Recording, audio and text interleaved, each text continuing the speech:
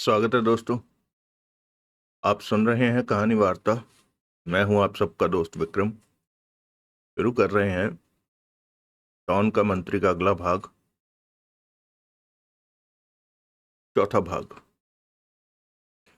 कहानी अच्छी चल रही है और खुशी हुई ये देख कर कि आप में से बहुत से लोगों ने लिखा है कि अच्छी लगी कहानी। हाँ, ये थोड़ी सी हटके है। मतलब वैसे तो लाइसेंस टू किल भी हटके ही थी, यानी वो जो देवराज चौहान की रेगुलर स्टोरी होती है डकैती वाली, उससे थोड़ी हटकर है।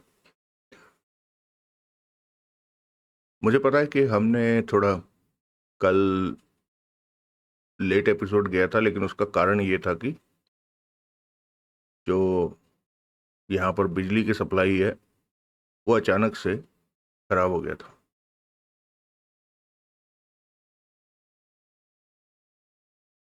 मैं पहले ज़रा, मुझे लग रहा है कि कल के कमेंट में ना मुझसे शान में गुस्ताखी हो गई वेद प्रकाश शर्मा जी के जो समर्थक हैं उनके, लेकिन कोई बात नहीं। तो मैं सिर्फ इतना ही कहना चाहूँगा भाई कि मुझे लगता है ऐसा, ज़रूरी नहीं है कि जो मुझे लगता है वही सही है।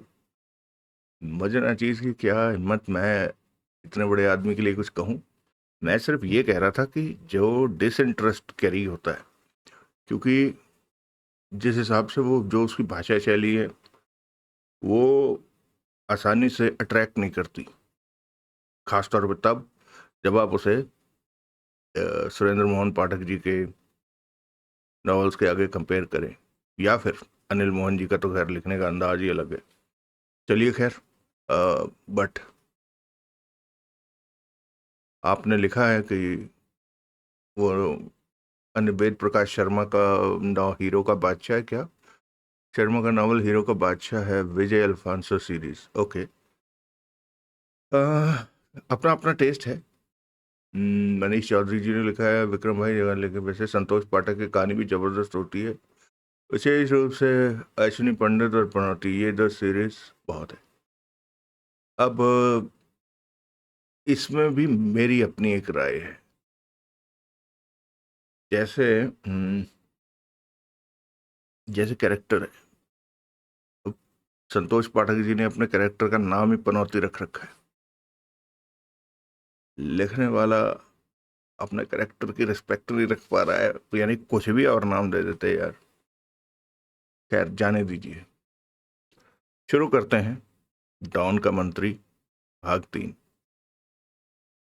एक अच्छी कहानी है संतोष पाठक जी की, पढ़ेंगे किसी दिन उसे भी। डॉन का मंत्री भाग 4। आरडीएक्स अल वसल रोड पर मौजूद गोल्ड बार एंड रेस्टोरेंट में पहुंचे। शानदार बार था ये, अपने नाम की तरह ही। ग्राउंड फ्लोर पर खेलने के लिए कई तरह की गेम्स की मशीनें लगी हुई थी ताकि कस्टमर मनोरंजन कर सकें। बैठने के लिए किसी का इंतजार करने के लिए गद्देदार सोफे थे। यहाँ कोल्ड ड्रिंक्स और स्नैक्स का इंतजाम था। बाहर गर्मी का माहौल था, परंतु भीतर एसी की तीव्र ठंडक थी। दीवार पर लगा बड़ा सा टीवी चल रहा था जिस पर क्रिकेट का मैच चल रहा था। अधिकतर कोल्ड ड्रिंक का मजा लेते हुए मैच देखने में व्यस्त थे। अधिकतर लोग विदेशी ही थे। आरडीएक्स ने वहां के माहौल को देखा। एक्स्ट्रा ने पास से गुजरते वेटर को रोका, जो कि एक स्थानीय व्यक्ति था। बार कहाँ है? एक्स्ट्रा ने पूछा। सेकंड फ्लोर पर सर, वो सामने लिफ्ट है उस पर। फर्स्ट फ्लोर पर क्या है? रेस्टोरेंट है सर। लंच डिनर वहां मिलता है, परंतु इस वक्त 4 बज रहे हैं। लंच बंद हो चुका होगा, 7 बजे डिनर शुरू होगा।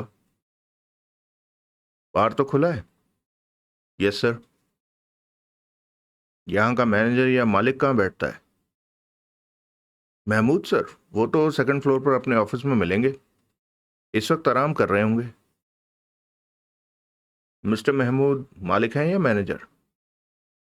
मैनेजर हैं सर। जगह बहुत अच्छी लगी हमें, हम पहली बार आए हैं। धर्मा मुस्कुराकर बोला। यहाँ का मालिक कौन है? मैं नहीं जानता सर। कमाल है, यहाँ नौकरी करते हो और अपने मालिक का नाम नहीं पता। मैं तो वेटर हूं, मेरा काम तो मैनेजर साहब से ही चल जाता है, कहकर वो वेटर आगे बढ़ गया। आरडीएक्स लिफ्ट की तरफ बढ़ गए।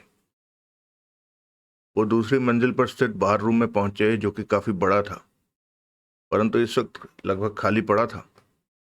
दो लोग बैठे बीयर पी रहे थे, परंतु शाम बढ़ने के साथ ही यहाँ भीड़ बढ़ जाती थी। एक तरफ काफी लंबा बार काउंटर बना हुआ था। वहां तीन आदमी मौजूद थे, जो कि बोतलों को बार में सजाने में लगे हुए थे। इस वक्त कोई वेटर नजर नहीं आ रहा था। आरडीएक्स बार काउंटर पर पहुंचे। एक आदमी मुस्कुराकर उनसे बोला, वेलकम सर, क्या पेश करूं? महमूद साहब से मिलने आए हैं, राघव बोला। उन्होंने कहा था दूसरी मंजिल पर मिलूंगा। क्या काम है? उसने पूछा। तुम्हें बताने लायक काम नहीं है। ठीक है सर, उधर गैलरी में चले जाइए।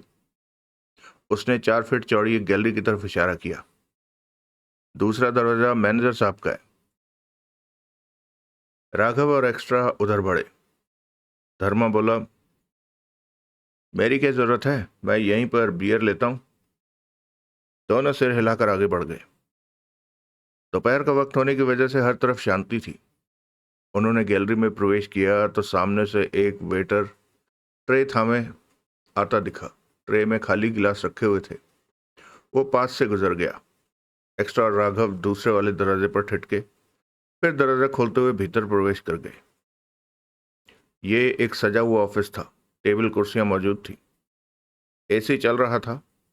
एक आदमी दीवार के साथ लगी सेटी पर सोया हुआ था। पैंट, कमीज, जूते, टाई पहन रखी थी। उनके भीतर आने पर दरवाजा बंद हो गया। राघव उसके पास पहुंचा और जोरदार ठोकर उसकी टांग पर मारी। वो हड़बड़ा कर उठा कि तभी राघव का घूंसा उसके गाल पर जा लगा।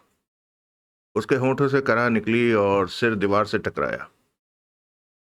ये क्या, उसने कहना चाहा, परंतु तभी राघव ने उसके सिर के बाल पकड़े और खींचते हुए खड़ा किया। कौन हो तुम? ये क्या कर? अगले ही पल राघव का घूंसा उसके पेट में पड़ा। वह कराह कर दोहरा हो गया। राघव ने उसके सिर के बाल छोड़े और गाल पर जोरदार चाटा लगाया। इतने में ही उसकी हालत खस्ता हो गई थी।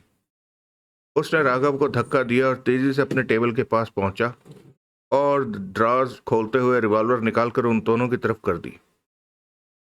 मैं तुम दोनों को कुत्ते की मौत मारूंगा, वो गुर्रा उठा। कौन हो तुम लोग? और ये रिवॉल्वर नीचे कर ले, यहां पर चारों तरफ हमने बम लगा रखे हैं, एक्स्ट्रा बोला। क्या? वो हक्का बक्का रह गया। ये जगह कुछ ही मिनटों में मिट्टी में मिल जाएगी। नहीं, उसकी आंखें फैल गई। तुम ऐसा नहीं कर सकते। ऐसा होने जा रहा है। एक्स्ट्रा आगे बढ़ा और उसके हाथ में थमी रिवॉल्वर की नाल थामता बोला, रिवॉल्वर छोड़ दे तो हम तुम्हें विस्फोट से पहले यहां से निकलने का मौका दे देंगे। उसने एक्स्ट्रा और राघव को देखा, फिर बोला, मैंने तुम लोगों को पहले कभी नहीं देखा। जब तक हमें नहीं देखा था तब तक तुम्हारी किस्मत अच्छी थी, राघव ने शांत स्वर में कहा। तुम विस्फोट में मरना चाहते हो? रिवॉल्वर की नाल पकड़े एक्स्ट्रा कठोर स्वर में बोला। रिवॉल्वर छोड़। ना चाहते हुए भी उसने रिवॉल्वर छोड़ दी। एक्स्ट्रा ने रिवॉल्वर को थामा और उसकी छाती पर रिवॉल्वर की नाल रख दी। ये तुम क्या कर रहे हो? वो परेशान सा कह उठा। यहां कोई विस्फोट नहीं होने वाला, कहीं भी बारूद नहीं लगा है, एक्स्ट्रा ने होंठ भींच कर कहा। तुम कमीने, वो एक्स्ट्रा पर झपटा। एक्स्ट्रा ने जोरदार घूंसा उसके गाल पर मारा। वो लड़खड़ाया और दीवार का सहारा लेकर ठिठक गया। गुस्से से एक्स्ट्रा को देखने लगा। हमारे पास रिवॉल्वर नहीं थी, इसलिए रिवॉल्वर देने का शुक्रिया। तुम लोग यहां से जा नहीं सकोगे, मरोगे। शायद जानते नहीं हो कहां खड़े हो, वो गुर्राया। नहीं जानते, लेकिन अब तुमसे पूछ पूछ के सब जान जाएंगे। कौन हो तुम लोग? आरडीएक्स। आरडीएक्स? तुम बारूद का नाम ले रहे हो? मैं तुम्हारे बारे में पूछ रहा। हम अपने बारे में ही बता रहे हैं। RDX कहते हैं हमें। क्या बकवास है। R राघव, D धर्मा, X एक्स्ट्रा। मैं एक्स्ट्रा हूं, ये राघव है, और धर्मा बार रूम में बैठा है। उसकी आंखें सिकुड़ी। मैंने तुम लोगों का नाम कभी नहीं सुना। अब तो सुन लिया। जिंदा रहा तो अब हमारा नाम कभी भूलेगा नहीं। यहां क्यों आए हो? क्या चाहते हो? वो दोनों को खा जाने वाली नजरों से घूरता हुआ बोला। एक्स्ट्रा रिवॉल्वर नीचे करता हुआ बोला, पहली बार तुमने ढंग की बात पूछी है। अपना नाम बता। महमूद। तुम दोनों ने आते ही मुझे क्यों मारा? महमूद गुस्से में था। जो बात, वो हमारा स्टाइल है। क्या? जबड़े भिज गए महमूद के। स्टाइल? तेरे जैसों से मिलने पर हम सबसे पहले अपना परिचय इसी तरह देते हैं। मतलब कि अपना कमीनापन पहले दिखाते हो? हाँ, ताकि सामने वाला समझ जाए कि ढंग से बात करनी है। ये बात तुम्हें समझ में आ गई होगी। मरोगे तुम लोग। सुना है यहां अबू मिलता है। महमूद चौंका। तुम दोनों को अबू से क्या काम? महमूद एक्स्ट्रा को घूरने लगा। पता चल जाएगा। बता, अबू कहाँ है? जिस तरह तुम दोनों अबू को पूछ रहे हो उससे जाहिर है कि तुम अबू को ठीक से जानते नहीं। महमूद के चेहरे पर खतरनाक मुस्कान थिरक उठी। बोलो, कि अबू को ठीक से नहीं जानते? ये बात तो तुमने ठीक कही। राघव ने सिगरेट सुलगाकर कश लिया। क्या खास है अबू में? वो पेशेवर हत्यारा है। और जिस जगह पर तुम लोग खड़े हो ये सारा की है। जानते हो सारा के बारे में या बताऊं? जानते हैं। राघव ने कश लिया। अबू कहाँ मिलेगा? क्या काम है उससे?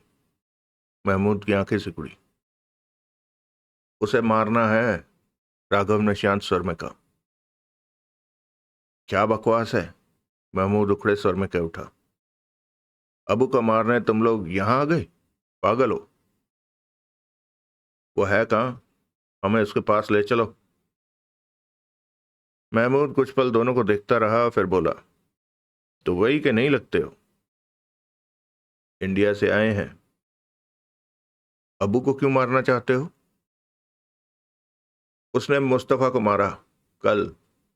उसी की वजह से उसकी जान लेना चाहते हैं। तुम्हारे सवाल खत्म हो गए हो तो।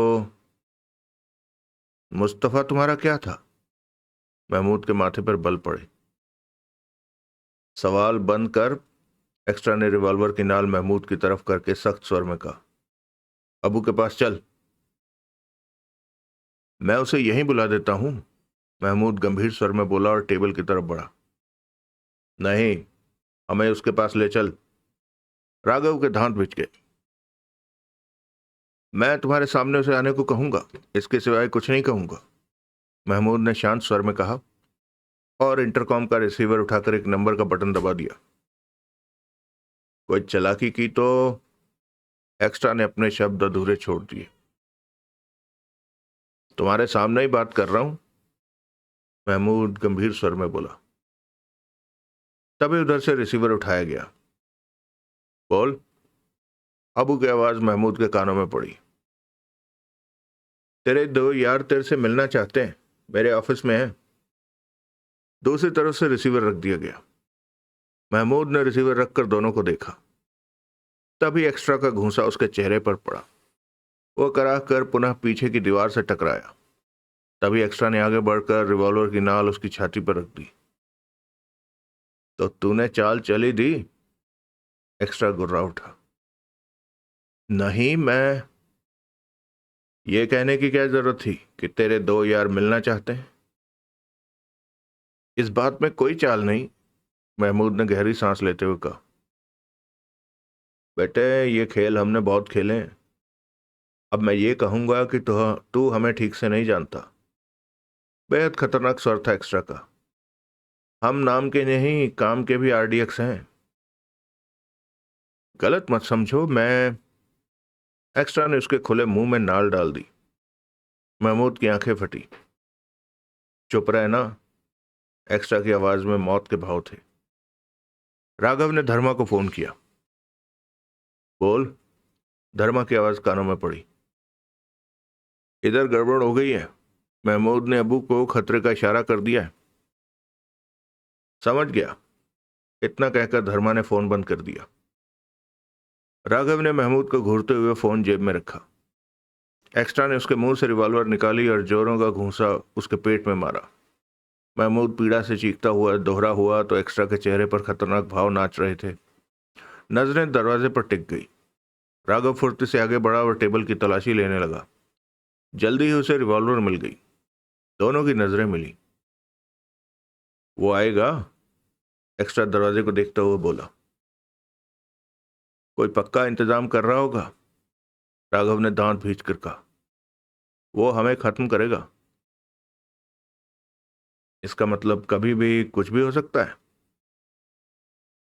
अगला दृश्य। राघव का फोन आने के बाद धर्मा बियर का मग थामे ऐसी टेबल पर जा बैठा जहां से गैलरी का रास्ता स्पष्ट दिखाई दे रहा था। गैलरी सुनसान थी और इस वक्त वहां कोई भी नजर नहीं आ रहा था। धर्मा की निगाह हर तरफ घूमी। हर तरफ शांत सा माहौल दिखा। धर्मा ने बियर का घूंट भरा और राघव को फोन किया। कहो। राघव की आवाज आई। अभी तक तो बाहर सब ठीक है। तुम लोग बाहर निकल सकते हो। बाहर निकलकर क्या करेंगे? राघव का स्वर सुनाई दिया। हमने अबू का शिकार करना है। ढूंढ लेंगे उसे। वो अब तक अबू को आ जाना चाहिए था। तभी धर्मा ने 3 खतरनाक दिखने वाले लोगों को देखा जो कि अन्य दरवाजे से बार में आए और उस राहदारी की तरफ बढ़ गए। धर्मा इन्हें देखता रहा। राहदारी में प्रवेश कर दूसरे बंद दरवाजे के आसपास तीनों जम गए। पोजीशन ले ली थी तीनों ने। वो आ गए हैं। धर्मा बोला। दरवाजे पर हैं। कितने हैं? 3। अबू भी उनमें है? नहीं। मुस्तफा की हत्या करके जो सीढ़ियों से उतर रहे थे उनमें से यहां कोई भी नहीं है। साले ने चमचों को भेजा है। मैं संभालू उन्हें। धर्मा बोला। पहले देखें वो क्या करते हैं। अगला दृश्य। राघव ने फोन जेब में रखा और एक्स्ट्रा को इशारे से बताया कि दरवाजे के बाहर लोग हैं। दोनों ने रिवॉल्वरें थामी। दोनों ने रिवॉल्वरें थाम सावधानी से इधर उधर पोजीशन ले ली। कई पल खामोशी से बीत गए। बाहर से कोई आहट नहीं उभर रही थी। तभी दरवाजा खटखटाया गया। आ जाओ। एक्स्ट्रा ने शांत स्वर में कहा। उसी पल दरवाजा खुलता चला गया परंतु कोई दिखा नहीं। डरते क्यों हो? भीतर आ जाओ। एक्स्ट्रा ने पुनः कहा। कौन हो तुम दोनों? भीतर आकर देख लो। जवाब में कुछ पल खामोशी रही। महमूद कहाँ है? नीचे पड़ा है। जिंदा या मुर्दा? बेहोश है। क्या चाहते हो? अबू से मिलना है। क्यों? उसकी जान लेनी है। बेवकूफ हो तुम लोग जो यहां आकर ऐसी बात कर रहे हो। अबू को क्यों मारना चाहते हो? अबू को बुलाओ। हम तुम्हारी बात का कोई जवाब नहीं देंगे। वो है कहाँ? यही है। मैं जानता हूं वो तुम्हारे साथ नहीं है। ठीक जानते हो। पहले हमसे बात करो। अबू की क्या जरूरत है हमारे होते हुए? हम तुमसे झगड़ा नहीं करना चाहते। हाथ उठाकर बाहर आ जाओ। तुम दोनों को जाने देंगे। एक्स्ट्रा ने बेआवाज जगह छोड़ी और दूसरी जगह पहुंच गया। सुन रहे हो? हाथ उठाकर बाहर आ जाओ। बेहतर होगा तुम भीतर आकर बात करो। मैं अंदर आया तो तुम मुझे गोली मार दोगे। मैं तुम्हें बात करने के लिए बुला रहा हूं। एक्स्ट्रा का स्वर शांत था। कुछ खामोशी रही, फिर आवाज आई। मैं भीतर आ रहा हूं। आ जाओ। हथियार बाहर ही छोड़ के आना। हमने सिर्फ बातचीत करनी है। चंद पल बीते, फिर एक आदमी दरवाजे पर दिखा। वो पैंट कमीज पहने था, हाथ खाली थे। तुम कहाँ हो? दरवाजे पर खड़ा आदमी बोला। एक्स्ट्रा उसी पल सामने आ गया, रिवॉल्वर हाथ में थी। दोनों की नजरें मिली।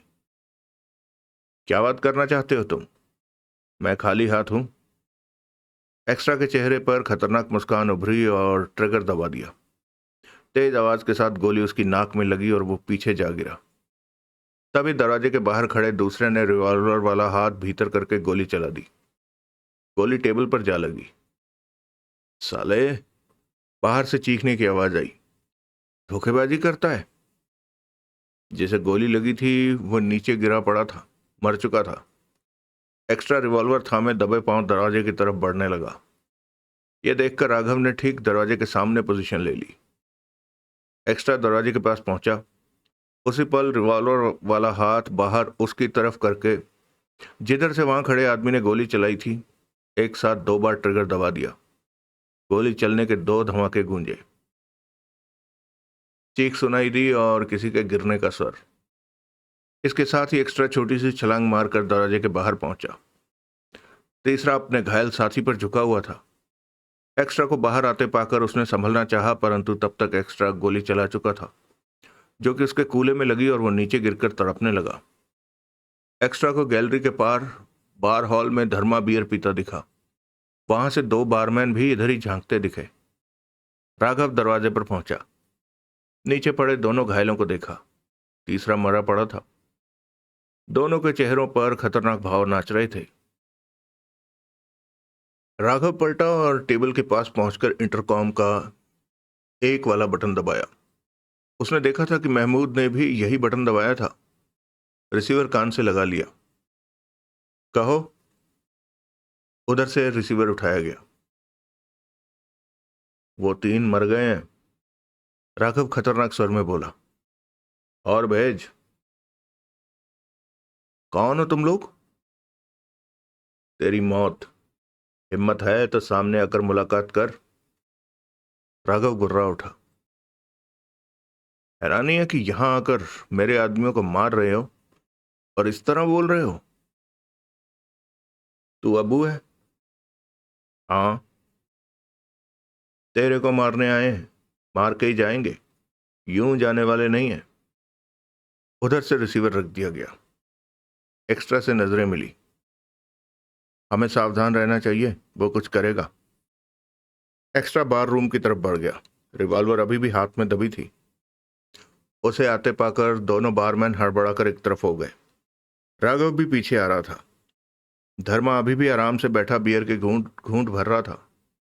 एक्स्ट्रा दोनों बारमैन के पास पहुंचा, रिवॉल्वर उनकी तरफ कर दी। हमें मत मारना, वो घबरा कर कह उठे। अबू किधर है? एक्स्ट्रा गुर्राया। वो वो महमूद के बगल वाले कमरे में है, एक ने हड़बड़ाकर कहा। बगल वाले? एक्स्ट्रा ने दांत भींचे। राघव भी पास आ गया था। हाँ हाँ, तीसरा दरवाजा। वो घंटा भर पहले बाहर से आया था, तब से उसी कमरे में है। बात झूठ निकली तो? हम सच कह रहे हैं। एक्स्ट्रा ने राघव को देखा। आंखों ही आंखों में इशारे हुए और दोनों पलटकर पुनः गैलरी में प्रवेश कर गए। धर्मा ने बियर का घूंट भरा। दोनों बारमैनों को देखा, जो कि वहां से खिसकने के लिए एक दरवाजे की तरफ भाग रहे थे। महमूद का दरवाजा पार करके एक्स्ट्रा और राघव अगले कमरे के बंद दरवाजे पर ठिठके। भीतर से आहट लेने की चेष्टा की। कोई आवाज नहीं आ रही थी भीतर से। दोनों की नजरें मिली। वो खिसक गया हो सकता है, राघव बोला। एक्स्ट्रा ने होंठ भींचे दरवाजा थपथपाया। आ जाओ। भीतर से आवाज आई। कौन हो तुम? एक्स्ट्रा बोला। अबू। तुम्हें अबू ही चाहिए ना? भीतर से शांत किंतु खतरनाक स्वर सुनाई दिया। तुमने जो 3 आदमी भेजे थे उनका हाल जानते हो? देखा, सीसीटीवी कैमरे लगे हुए हैं, भीतर बैठा वही सब देख रहा हूं। तब तो तुम्हें मुकाबले के लिए बाहर आना चाहिए था। एक्स्ट्रा गुर्रा उठा। मैं जल्दीबाजी के खेल नहीं खेलता। मैं जानता था कि तुम लोग पूछताछ करके जल्दी ही मेरे पास आओगे, और आ ही गए। एक्स्ट्रा ने राघव को से कहा। कैमरे लगे हैं, वो हरामी भीतर से हमारी हरकतें देख रहा है। कैमरे उड़ा दें? राघव की नजरें गैलरी में घूमने लगी। हमें जानते हो? नहीं। हम तुम्हें मारने आए हैं। जानता हूं। हमारे बारे में पूछोगे नहीं? सिर्फ इतना बता दो कि मेरे पीछे क्यों हो। तभी राघव ने 2 फायर कैमरों पर किए। एक्स्ट्रा ने उसे देखा। 2 कैमरे थे, अब वो हमें नहीं देख सकता, राघव खतरनाक स्वर में बोला। तुमने, एक्स्ट्रा ने ऊंचे स्वर में कहा, मुस्तफा को क्यों मारा? नहीं। तुमने मुस्तफा को मारा? हाँ। अब उसकी वजह से तुम मरोगे? मुस्तफा तुम्हारा कौन लगता था? तुम नहीं समझोगे कि वो हमारा क्या लगता था। अब तुम मरने जा रहे हो। तभी बगल वाले कमरे से कुछ आहट मिली। राघव और एक्स्ट्रा की नजरें मिली। राघव रिवॉल्वर थामे महमूद वाले कमरे की तरफ बढ़ गया। तुम लोग कौन हो? भीतर से अबू की आवाज आई। RDX। समझा, परसों ही तुम लोग इंडिया से आए हो? हाँ, ठीक समझा। जवाब में अबू की आवाज नहीं आई। तुम्हें बाहर आकर हमारा मुकाबला करना चाहिए, एक्स्ट्रा पुनः बोला। भीतर आ जाओ, मैं तुम लोगों के स्वागत के लिए तैयार बैठा हूं। एक्स्ट्रा के होंठ भिज गए। तभी बगल वाले कमरे से राघव निकला। एक हाथ से उसने महमूद की बांह पकड़ रखी थी। वो होश में था, परंतु उसकी हालत खस्ता ही थी।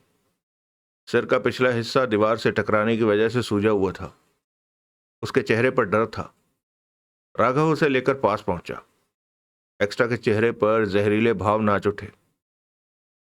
अब ठीक है। एक्स्ट्रा ने उसे गर्दन से पकड़ा। मुझे जाने दो। तेरा बाप भीतर है, एक्स्ट्रा ने धीमे स्वर में कहा। बाहर नहीं आ रहा। कौन? अबू। इसके साथ ही एक्स्ट्रा ने बेहद फुर्ती से 3 काम किए। पहला, दरवाजा खोला। दूसरा, महमूद को पूरी ताकत से भीतर की तरफ धक्का दे दिया। तीसरा, रिवॉल्वर थामे खुद भी फुर्ती से भीतर प्रवेश करता चला गया। सब कुछ इस कदर तेजी से हुआ कि राघव कुछ भी न समझ सका। उसी पल वहां गोलियों की आवाजें गूंज उठी। 3 गोलियां महमूद को लगी। चौथी गोली चलाने का मौका न मिला अबू को। उसने एक्स्ट्रा को देखा। तब तक एक्स्ट्रा ने 2 गोलियां उस पर चला दी थी। वो तब महमूद को मारने में व्यस्त था। दोनों गोलियां अबू की छाती पर लगी। इसके साथ ही वो नीचे जा गिरा। शांति छा गई थी वहां। महमूद और अबू की लाशें वहां पड़ी थी। रिवॉल्वर थामे खड़े एक्स्ट्रा के चेहरे पर मौत के भाव नाच रहे थे। काम हो गया? दरवाजे पर राघव दिखा। हाँ। एक्स्ट्रा ने गहरी सांस लेकर उसे देखा। चल निकल ले। दोनों बाहर निकले और बार रूम में पहुंचे। धर्मा समझ गया कि काम पूरा हो गया। वो उठा और तीनों लिफ्ट की तरफ बढ़ गए। उन्हें किसी ने नहीं रोका। सब ठीक रहा। 2 मिनट में ही वो गोल्ड बार एंड रेस्टोरेंट से बाहर थे। सड़क पर जाती टैक्सी को रोका और उसमें बैठकर आगे बढ़ गए। तीनों के चेहरे बेहद शांत थे। बियर मजेदार थी, धर्मा ने मुंह बनाकर कहा और फोन निकालकर रशीद का नंबर मिलाया। हेलो। रशीद की आवाज कानों में पड़ी। काम निपट गया, तो इंडिया की टिकट बुक करा ले, धर्मा ने कहा। रशीद की गहरी सांस लेने की आवाज आई। सच? पूरी तरह। ये अच्छा हुआ। धर्मा ने फोन बंद किया। राघव ने सिगरेट सुलगा ली। जब तक टैक्सी में रहे वे लोग तब तक उन्होंने कोई बात नहीं की। अपने होटल से किलोमीटर भर पहले उन्होंने टैक्सी छोड़ी और पैदल ही आगे बढ़ गए। अनजाने खतरे के प्रति उनकी नजरें हर तरफ जा रही थी।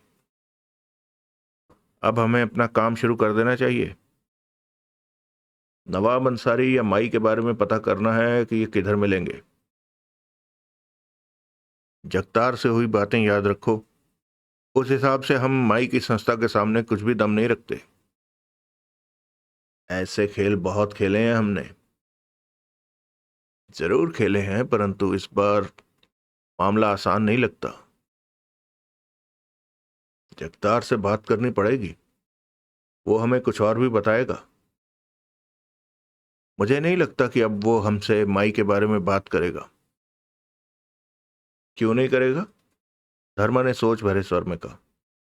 उसने हमें 5 नाम बताए थे जो दुबई में माई के खास आदमी हैं। बनारसी, नदीम, सुल्तान, दयाराम और कबीर। इनके ठिकाने भी वो बताएगा। बात करके देख। तभी राघव का फोन बजा। तीनों पैदल ही फुटपाथ पर बढ़े जा रहे थे। राघव ने फोन निकाला और कॉलिंग स्विच दबाकर बात की। हेलो राघव। सारा की आवाज कान में पड़ी। सारा? राघव चौंका। अबू को मारकर तुम लोगों ने गलती कर दी। सारा का स्वर शांत था। तुमने हमसे धोखेबाजी की। राघव की आवाज में क्रोध आ गया। क्या? मुस्तफा को तुमने तब मारा जब हम उससे मिलने जा रहे थे। राघव ने बिचे स्वर में कहा। तुमने हमें यह नहीं बताया कि हनीफ भाई के धंधे धंधे तुम संभाल रही हो। तुमने कई बातें हमसे छिपा कर रखी। मुस्तफा को मारकर मैंने तुम लोगों का भला किया है। वो माई के लिए काम करता था। नहीं, ये झूठ। ये सच है। पिछले 20 दिनों से वो माई से जुड़ा है।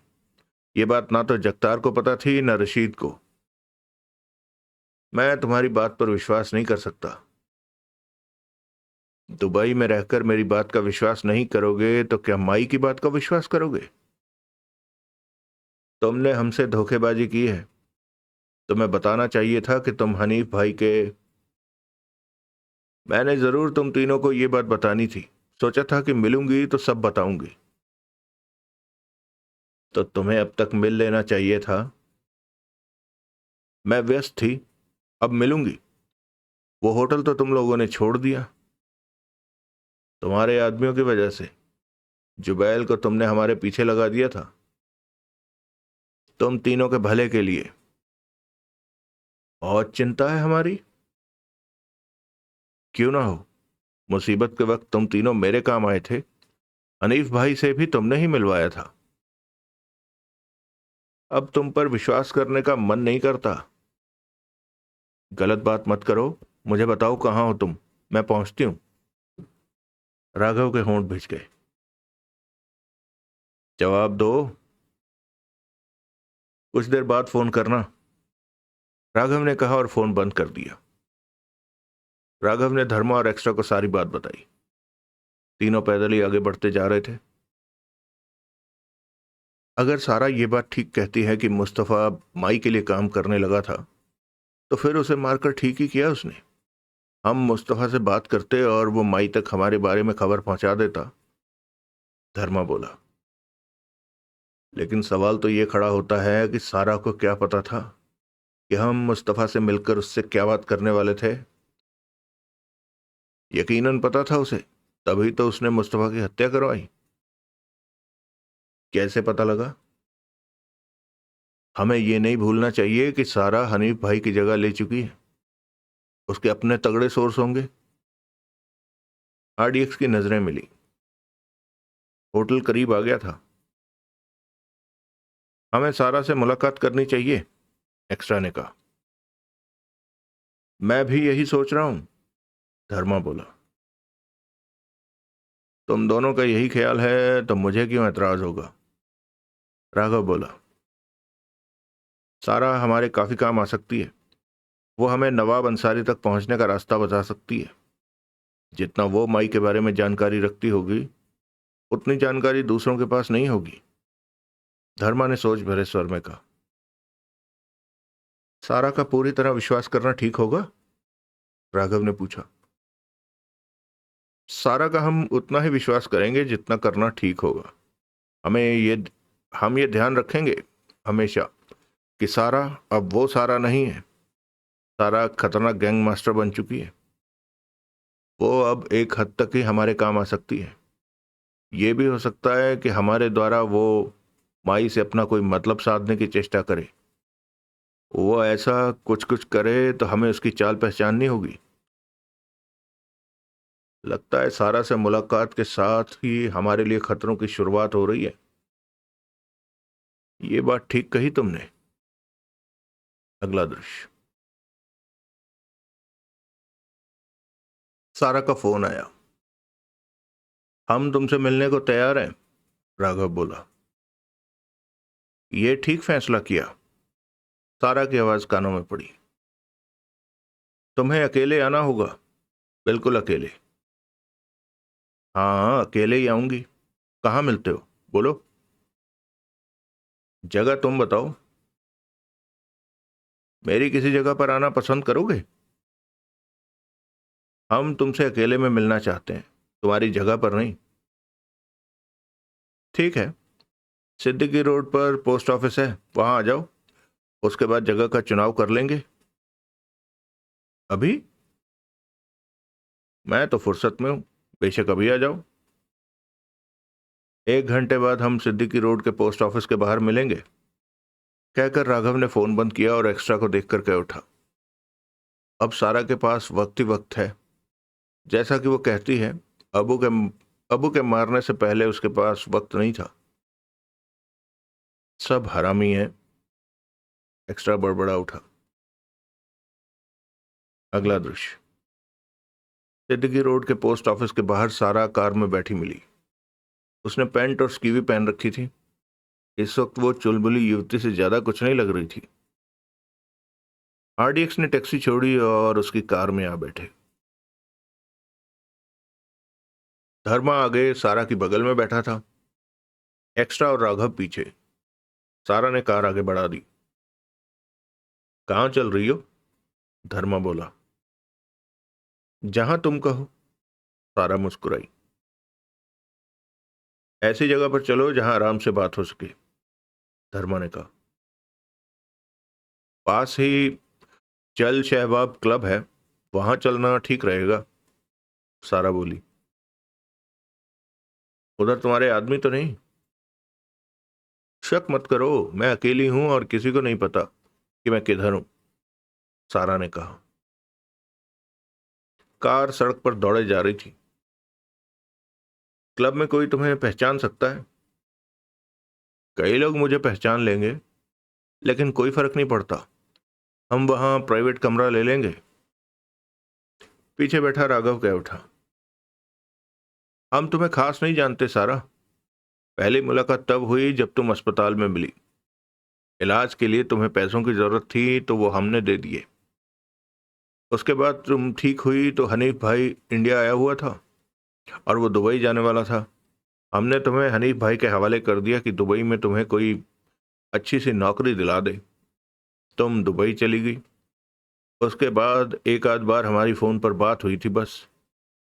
जब हम दुबई आ रहे थे तो तुम्हें खबर दी। तुमने बताया कि अल मुतीना रोड पर अस्पताल में नर्स हो, जबकि तुम हनीफ भाई के धंधों की मालकिन बनी बैठी हो। मुझे तब जो कहना ठीक लगा वही मैंने कहा, तारा का स्वर गंभीर था।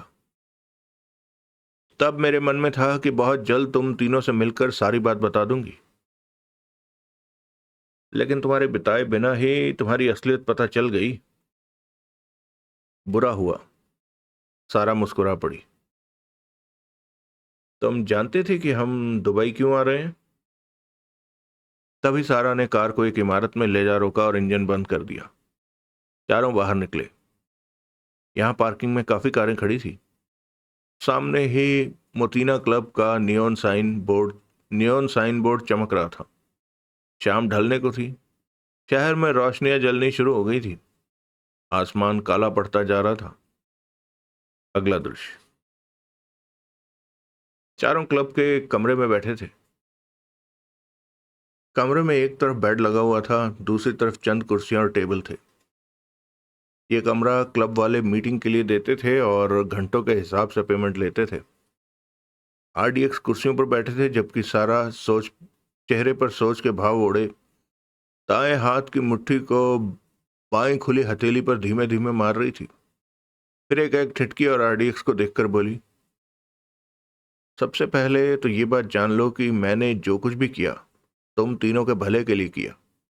मेरी बात का गलत मतलब मत निकालना। ये बात मैं इसलिए बता रही हूं। आरडीएक्स सारा को देखते रहे।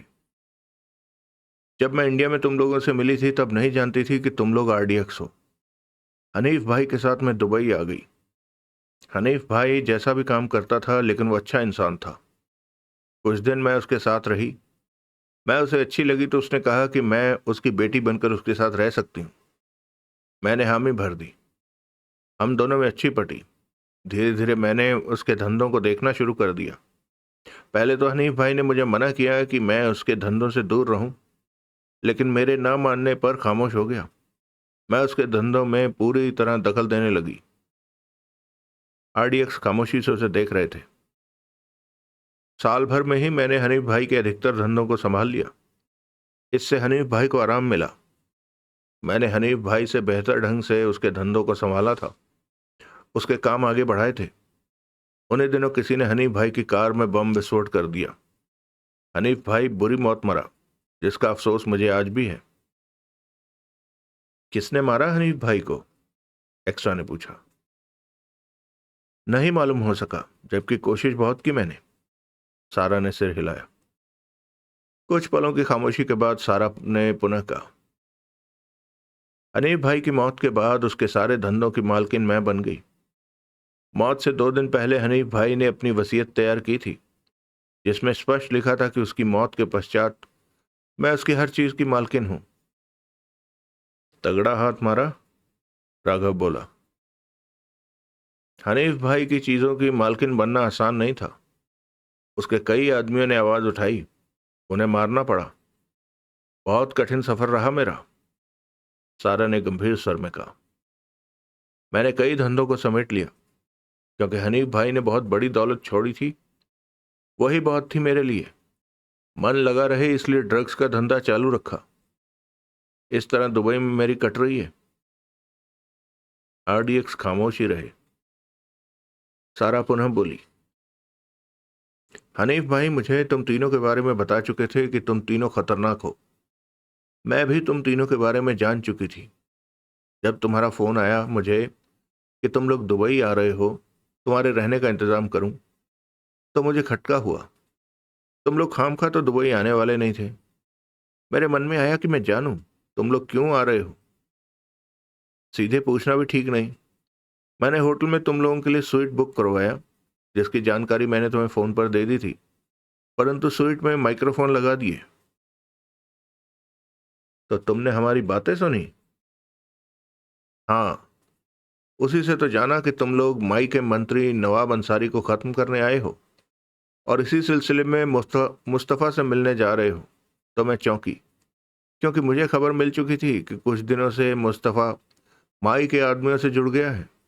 ऐसे में तुम मुस्तफ़ा से बात करते तो वो तुम लोगों की खबर आगे कर देता और माई के आदमी तुम तीनों को मिनटों में साफ कर देते। ऐसे में मैंने फौरन अबू को दौड़ाया कि वो मुस्तफ़ा को मार दे, ताकि तुम लोगों पर कोई खतरा ना आए। लेकिन तुम लोगों ने ये पता लगा लिया कि मुस्तफ़ा को अबू ने मारा, तो वहां जाकर तुम तीनों ने अबू को मार दिया। आरडीएक्स की नजरें सारा पर थी। सारा गंभीर नजर आने लगी थी। अबू मेरा विश्वसनीय आदमी था। वो पेशेवर हत्यारा था। उसे मारकर तुम लोगों ने गलती की। ये तुम कह रही हो? राघव बोला। क्या पता हमने ठीक किया हो अबू को मारकर। मेरी बात का यकीन करो। सारा की आवाज सख्त हो गई। तुम लोगों ने गलती की उसकी जान लेकर। बेहतर होता कि ऐसा करने से पहले तुम फोन पर मेरे से बात कर लेते। फोन तो तुम्हें करना चाहिए था जब हमने जुबैल से बात की थी, एक्स्ट्रा ने कहा। मैं व्यस्त थी। जुबैल मुझे बता नहीं सका कि तुम दोनों ने उसे पहचान लिया। हम ये बदनसीबी का रोना रोने के लिए नहीं मिले हैं, धर्मा बोला। सारा ने गहरी सांस ली और एक कुर्सी पर बैठ गई। अबू जुबैल का भाई है, सारा ने पुनः गंभीर स्वर में कहा। अबू की मौत के बारे में सुनकर जुबैल गुस्से से पागल हुआ पड़ा है। उसने फोन पर मुझसे कहा है कि वो तुम तीनों को मार देगा। क्या वो हमें मार सकता है? धर्मा का लहजा खतरनाक हो उठा। नहीं, और मैं नहीं चाहती कि जुबैल को नुकसान पहुंचे। वो भी मेरा खास है। मैं उसे आज रात की फ्लाइट से हांगकांग का सारा काम संभालने के लिए भेज रही हूं। कुछ दिन बीतने पर वो संभल जाएगा। सारा गंभीर थी। बेहतर होता है कि हमारे दुबई आने पर तुम हमसे मिल लेती तो ये सब ना हुआ होता। जो भी हुआ ठीक नहीं हुआ। अब तुम लोग अपनी बात करो। क्या? नवाब अंसारी के लिए दुबई क्यों आए हो? 5 साल पहले वो मुंबई में विस्फोट करके दुबई भाग आया था, धर्मा ने सख्त स्वर में कहा।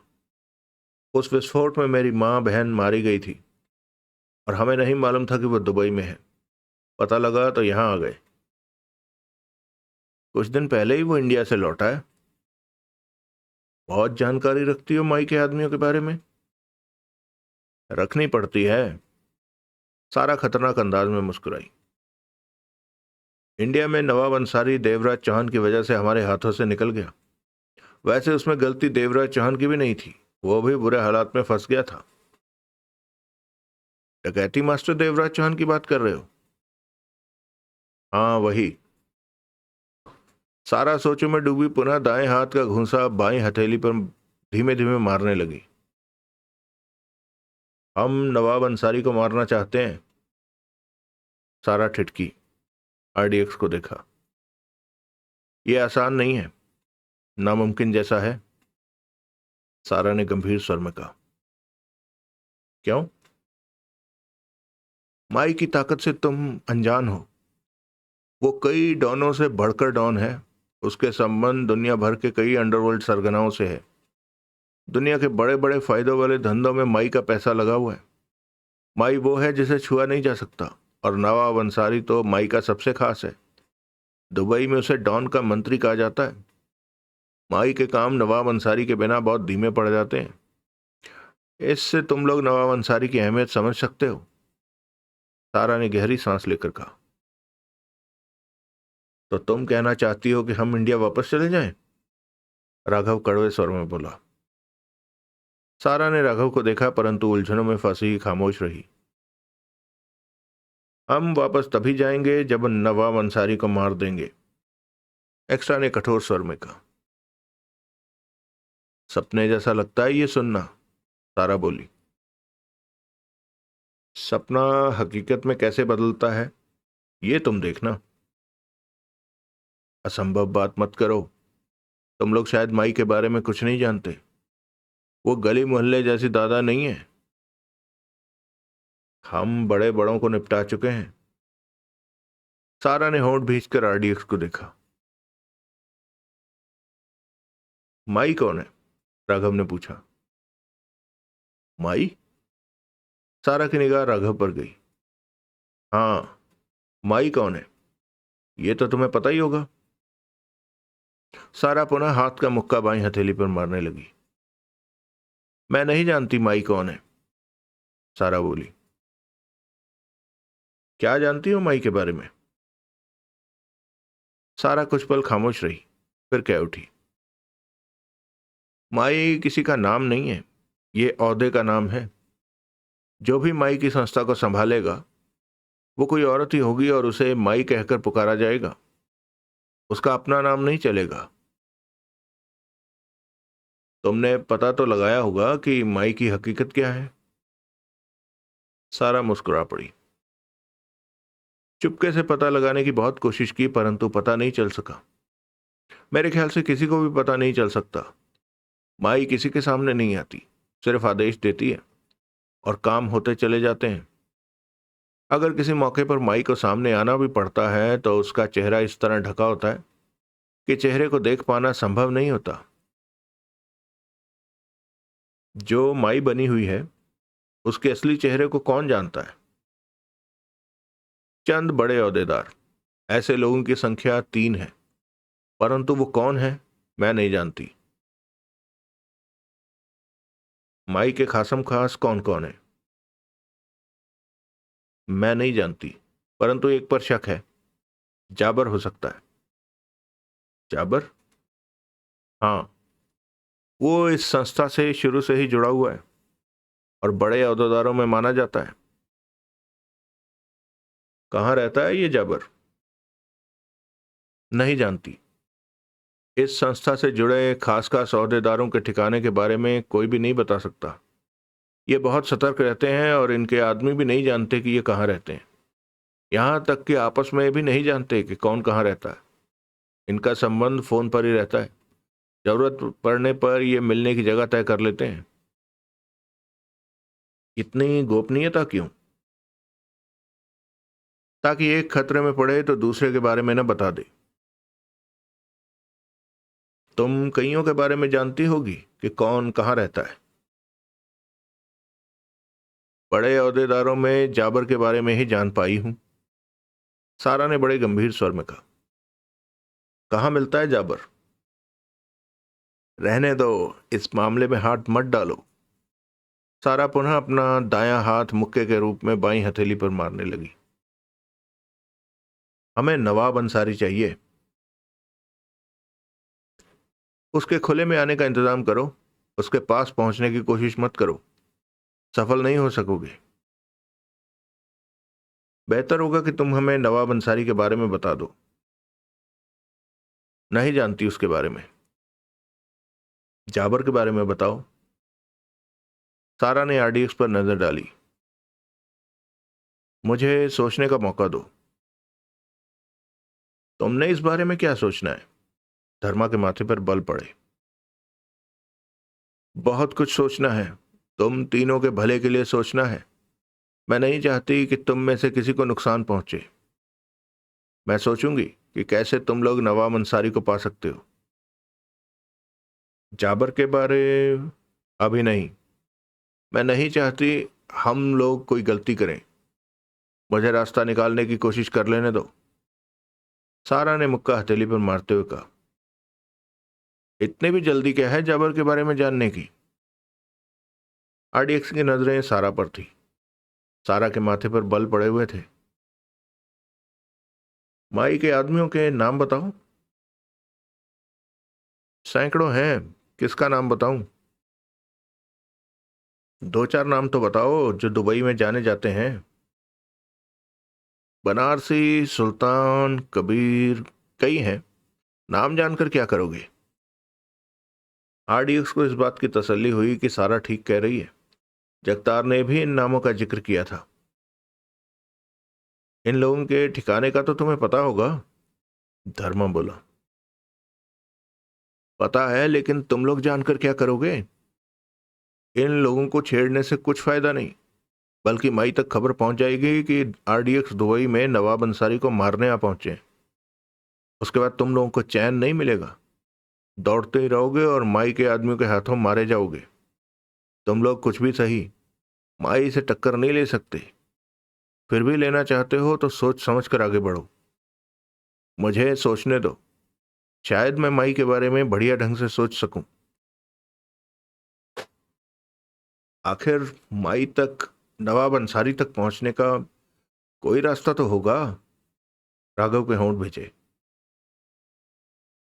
रास्ता होता अगर उनके ठिकानों के बारे में पता होता। नवाब अंसारी का ठिकाना कोई नहीं जानता। मैं तुम्हें बता ही चुकी हूं कि माई के बड़े लोग किस तरह अपने साथी को भी नहीं पता लगने देते कि वो कहाँ रह रहे हैं। रही बात माई की, तो माई के तौर पर उसके चेहरे से 2-3 खास ओहदेदारों के अलावा कोई और वाकिफ नहीं। वो तुम्हें दुबई के किसी भी बाजार में मिल सकती है और तुम सोच भी नहीं सकोगी कि वही माई है।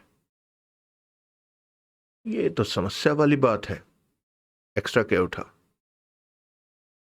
सच में धर्मा ने गहरी सांस ली। माई की पहचान क्या है? 8 नगों वाली खास हीरे की अंगूठी, जैसे कि वो तभी पहनती होगी जब अपने लोगों के बीच उसे उठना बैठना पड़ता है। दुबई में जब वो बाहर निकलती होगी तो साधारण युवती या औरत ही लगती होगी, तब अंगूठी नहीं होती होगी उसकी उंगली में। जगतार और सारा की बातें मिल रही थी। आरडीएक्स हर बात पर गौर कर रहे थे। सुना है 2.5 साल पहले माई को मारकर कोई और ही माई बन बैठी, वो अंगूठी हथियाली। किससे सुना है? सारा ने एक्स्ट्रा को देखा। किसी से भी सुना हो? मैंने भी सुना है। सारा ने मुक्का अपनी हथेली पर मारा। सिर्फ सुना है, सच सुना है या झूठ ये मैं नहीं जानती। आरडीएक्स सारा को देखते रहे। सारा के चेहरे पर सख्ती के भाव नजर आ रहे थे। तुम क्यों परेशान हो रही हो? एकाएक राघव ने कहा। परेशान होना पड़ता है, सारा जबरदस्ती मुस्कुराई। तुम लोग मेरी पहचान के हो, दुबई में हो और माई के रास्ते में आने की चेष्टा कर रहे हो। ये बात माई तक जा पहुंची तो वो मुझे गोलियों से भून देगी। ऐसी बात है तो तुम हमसे दूर हट जाओ। हम नहीं, मेरा ये मतलब नहीं था।